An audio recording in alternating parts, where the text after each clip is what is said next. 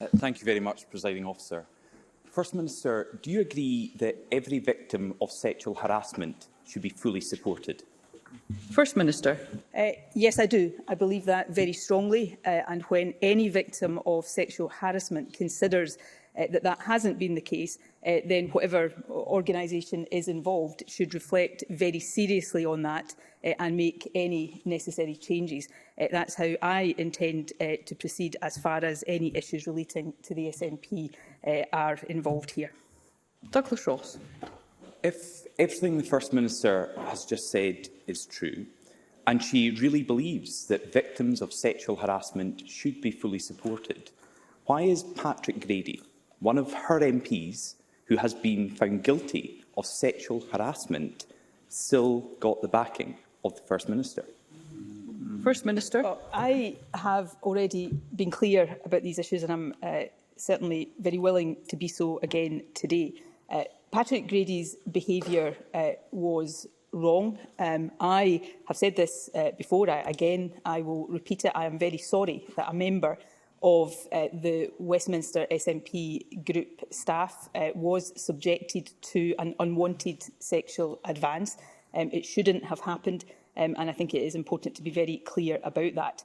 Patrick Grady's behaviour was investigated by an independent process that all parties in the House of Commons, as I understand, are signed up to. The findings of that independent process were, of course, published, as is right and proper, and a sanction was imposed, a sanction that was recommended by that independent process and replicated by the SNP Westminster Group. In this situation, there is also clearly a victim who feels that they were not properly supported in that process. Indeed, the victim in this case believes that the process exacerbated the trauma that was experienced, and I think it is absolutely incumbent on any organisation in that position to take views of that nature very seriously. And as I have already said before today, and I've already said this today, that is a matter that the SNP must and will reflect on. Ian Blackford, the leader of our group at Westminster, has already confirmed an external review of the Westminster group processes, and I think that, again, is right and proper. The last thing I would say, Presiding Officer, is this. I take these issues very seriously. It is incumbent on me to do so. But these issues are not unique to the SNP. All parties have faced these issues, and at times all parties have been criticised for their handling of these issues. All of us have lessons to learn. Obviously, I'm only responsible in a party political sense for the SNP, but all of us in the society we live in have lessons to learn, and it's incumbent on all of us to do so. And for my part, I am determined that that will be the case. Douglas Ross. There was a ruling and a sanction from the Independent Complaints and Grievance system within the UK Parliament, but that sanction doesn't have to be the same adopted by the SNP Parliamentary Party at Westminster. Patrick Grady has served just 2 days suspension from the SNP at Westminster. 2 days is an insult. Throughout this process, the victim has been disregarded. So I hope the First Minister listened to what he had to say this morning. The victim feels betrayed. He said that Patrick Grady and Ian Blackford tried to take advantage of me being young and inexperienced. They did the bare minimum of investigation. He described his life as a result of this ordeal as torture and a living hell. Most depressing of all, he said that the SNP are punishing any victim of this sort of behaviour and punishing anyone that's come forward with a similar complaint as mine.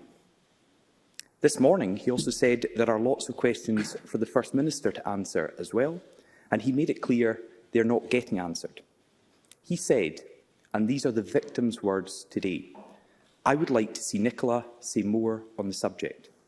So will the First Minister now tell the victim what was her reaction on hearing the leaked recording where Ian Blackford encouraged SNP MPs to support the guilty party instead of the victim? First Minister. Well, let me say, first of all, In relation to the victim in this case, some days ago, in fact, I have already in a written message said sorry directly to them. I have also confirmed my willingness to meet directly and personally with the victim in this case. When, as I hope it will, that interaction takes place, I will say sorry in person. It's not my behaviour that was investigated, but I am leader of the SNP and I take that responsibility very seriously. The recording of the Westminster Group meeting, I think, reveals part of what was wrong in that case. Indeed, some of the individuals who were recorded at that meeting have already said this themselves. It demonstrated, and I wasn't at the meeting, so whether this is an accurate overall reflection of the discussion, I can't comment on. But what I have heard suggests that more concern was shown for the perpetrator of this behaviour than was shown for the victim of it.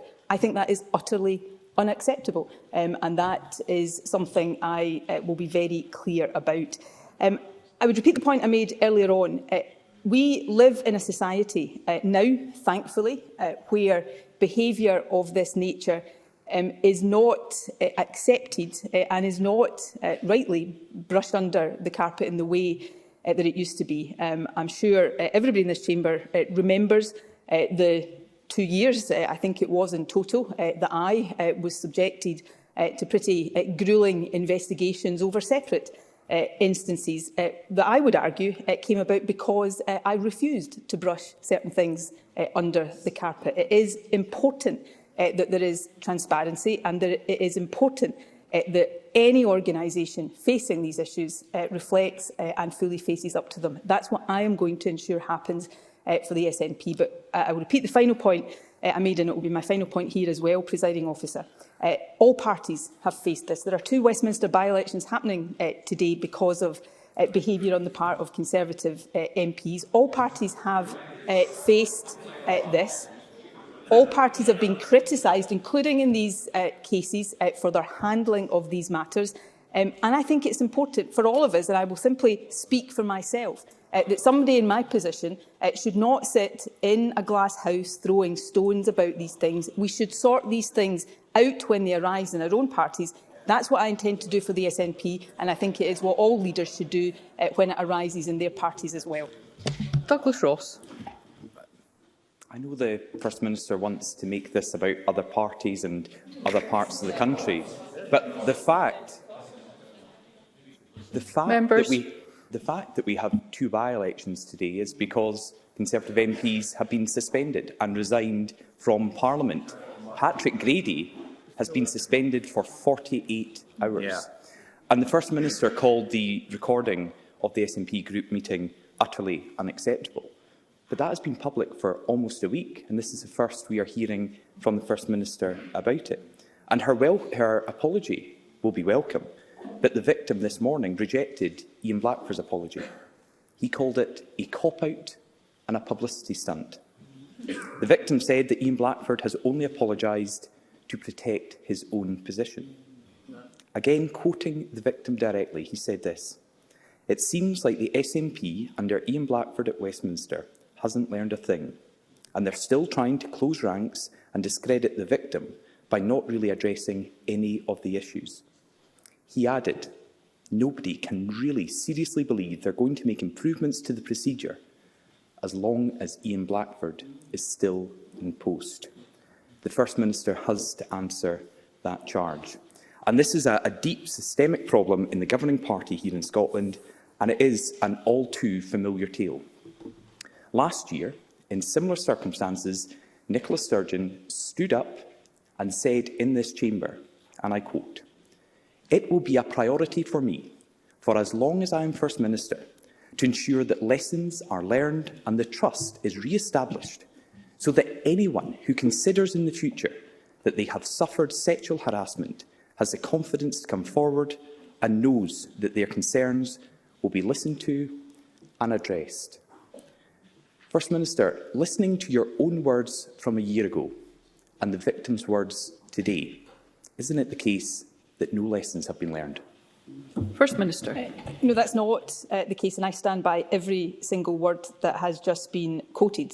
So obviously the issue we're discussing today, the particular issue we're discussing today, is not a Scottish Government issue, it's an SNP issue. But in the Scottish Government we have a new complaints process in place that was put in place after very elaborate consultation with trade unions to ensure that we have a process in place that people do have confidence in and feel that they are able to use. It's important that we reflect on this situation to ensure that if there are changes needing to be made to the process, these changes are made. In terms of sanction, as I said, an independent process investigated this in detail and recommended the sanction that it considered was appropriate in this case. That's an independent process that all parties are signed up to, and I think all parties should respect. The last point, Presiding Officer, I would make is this. Douglas Ross will characterise what I say in whatever way he chooses. That is up to him. But I think people listening will hear me take these issues extremely seriously. I don't think they will have heard me try to make it all about other parties. But what they will have heard me say is something that I think all of us should reflect on. Because if any of us, if I was standing here saying the SNP's got no issues here, it's all about the Conservatives or Labour, I would be showing that I did not understand the systemic nature of these issues. And if Douglas Ross, he is absolutely rightly raising these issues with me when they arise with the SNP, but if he's really saying that this is somehow a problem uniquely for the SNP, then I would argue he is demonstrating that he doesn't understand the systemic, society-wide nature of these issues. So I will take these issues very seriously whenever it is the Scottish Government or the SNP that is accused of having people that have behaved inappropriately. As I said a moment ago, I went through some of the most difficult times of my whole time in politics because I wasn't prepared to have allegations made against somebody who had been very close to me, simply swept under the carpet. It's really important that all of us face up to this. For my part, I will, and I would encourage everybody else to do likewise.